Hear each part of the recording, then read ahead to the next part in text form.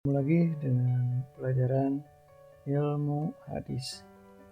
Kali ini kita akan membahas mengenai mudraj.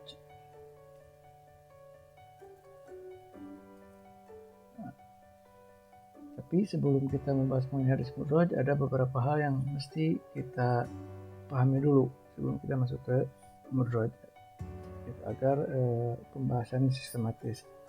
Apa yang mesti dipahami? Yang pertama adalah mengenai mukhalafatu lissiqat. Mukhalafatu lissiqat. Apa mukhalafatu lissiqat ini? Mukhalafatu lissiqat ini adalah berbeda atau bertentangan dengan yang kuat. Mukhalafatu lissiqat. Mukhalafatu lissiqat ini termasuk ke dalam sebab cacatnya rawi. Ya, ada mukhalafatul siqat. Nah, mukhalafatul siqat ini ada 5 gitu. Hadisnya ada 5 gitu. Hadis yang disebabkan oleh berbeda yang lebih kuat ini ada 5. Nah, pertama ada mudraj, kedua ada maqlub, ketiga ada mazid fi muttasil asanid, keempat ada mudharrib, dan yang kelima ada mushahaf atau muharraf. Ya. Ini adalah hadis-hadis yang terjadi karena mukhalafatu lissiqat, berbeda dengan yang kuat. Nah, perbedaannya apa antara mudraj, maqlub, dan mazid? Kalau misalkan sebabnya sama, nanti ada berbeda di bentuk perbedaannya atau bentuk pertentangannya.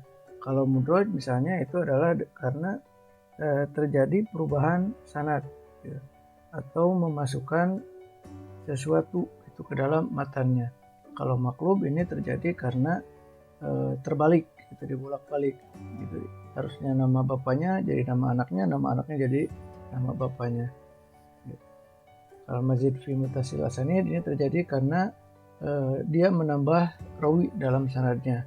Kalau mudharrib ini hadis yang sama-sama kuat tapi tidak bisa di thariqatul jam'i. Mushaf ini adalah berbeda huruf gitu. Beda huruf atau titik dan syakal, itu mushaf atau muharraf. Nah, ini yang disebut dengan mukhalafatu lissiqat. Nah, yang akan kita bahas pada pertemuan kali ini adalah mengenai mudraj, yaitu hadis mudraj, hadis pertama yang terjadi karena mukhalafatu lissiqat. Lalu apa itu mudraj? Mudraj kalau secara bahasa itu adalah isim maf'ul dari adroja. Artinya apa? Artinya adalah memasukkan.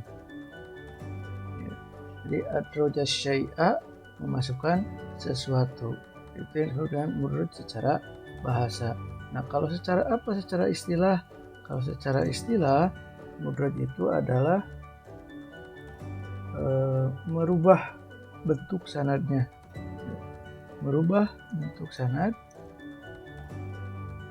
atau memasukkan ke dalam matanya sesuatu yang bukan darinya tanpa pemisah. Nah, ini kalau dari mudraj ini kita bisa melihat bahwa mudraj ini ada dalam sanad dan ada juga dalam matan. Nah, kalau yang dalam sanad itu adalah merubah bentuk sanad. Sedangkan kalau yang dalam matan itu adalah memasukkan sesuatu atau perkataan yang bukan bagian dari matan tersebut tanpa pemisah. Jadi tercampur antara perkataan Nabi dengan perkataan yang bukan Nabi. Itu disebut dengan mudraj dalam matan. Maka dari tarif secara istilah ini, mudraj ini dibagi menjadi 2. Yang pertama mudraj sanad, dan yang kedua mudroj matan. Ya. Mudroj sanad yang bagaimana? Mudroj sanad itu adalah yang dirubah susunan atau bentuk sanadnya. Sedangkan mudroj matan yaitu di apa-apa yang dimasukkan ke dalam matanya sesuatu yang bukan bagian darinya tanpa pemisah. Nah, mudroj sanad gitu. Ini contohnya adalah seperti ini. Jadi ada sebuah kisah yaitu Sabit bin Musa. Dia memiliki guru namanya adalah Syarik bin Abdullah. Ya. Syarik bin Abdullah ini pada suatu ketika dia sedang mendiktekan sebuah sanad kepada murid-muridnya. Nah, jadi ketika dia mendiktekan sebuah sanad kepada murid-muridnya, lalu dia berhenti dulu. Buat apa berhenti? Berhenti supaya murid-muridnya mencatat, gitu ya, murid-muridnya mencatat dahulu. Nah, ketika sedang mencatat inilah Sabit bin Musa masuk ke majelisnya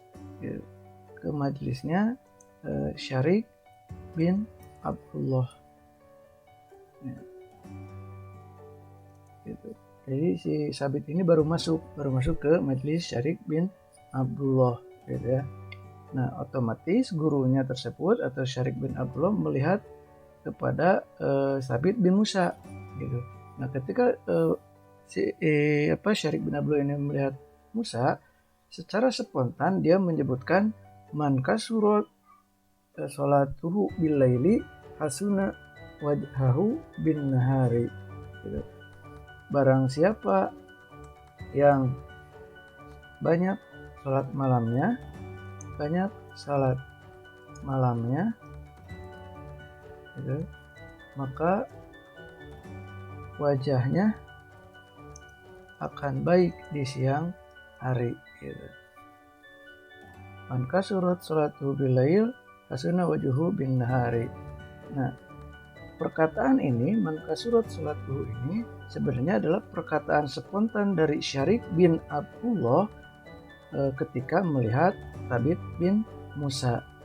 Nah, karena posisinya tadi dia sedang mendiktekan sebuah sanad, para murid-murid tadi yang sedang mencatat sanad tersebut menyangka bahwa man kasurat sholatuhu bil lail ini adalah matan untuk sanad yang tadi didiktekan. Padahal perkataan ini adalah perkataan spontan dari Syarik bin Abdullah untuk memuji Sabit bin Musa atas kejuhudan Sabit bin Musa. Tapi karena posisinya atau waktunya yang kurang tepat, maka para murid-muridnya ini menyangka bahwa man kasurat sholatuhu itu adalah isi hadis atau matan hadis dari sanad yang tadi didiktekan oleh Syarik bin Abdullah. Nah, itu adalah bentuk mudroj sanad. Baik, sampai sana mudah-mudahan bisa dipahami. Untuk selanjutnya, mudroj matan akan kita bahas di pertemuan selanjutnya. Terima kasih. Assalamualaikum warahmatullahi wabarakatuh.